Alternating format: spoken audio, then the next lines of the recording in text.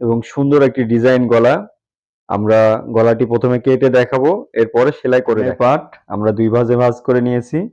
এখন গলার চওড়ার দিকে আমরা 2.5 ইঞ্চিতে একটি দাগ টেনে নেব। দাগটি আমরা 2 জায়গায় টেনে নিলাম।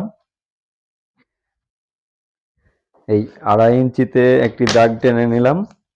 এখন এই কাঁধ থেকে 5.5 ইঞ্চিতে একটি দাগ টেনে নেব। 5.5 ইঞ্চিতে একটি দাগ টেনে নিলাম। চক দিয়ে আমরা মার্ক করে নিলাম। এখন আমরা এই দাগ অনুযায়ী কেটে নেব।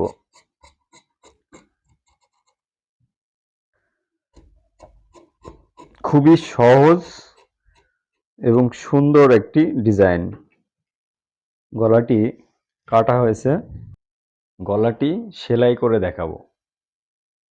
সমানভাবে দাগ টেনে নেব, চক অনুযায়ী বক্রমটি কেটে নেব।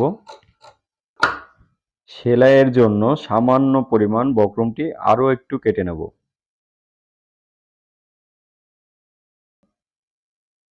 বক্রমটি চারপাশে সেলাই দিয়ে লাগিয়ে নিতে হবে কাপড়ের সাথে।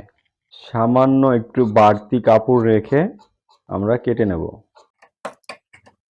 সেলাইটি দিতে হবে বক্রমের একদম পাশ দিয়ে, সেলাই যেন বক্রমের উপরে না আসে এবং খুব বেশি দূরেও না যায়।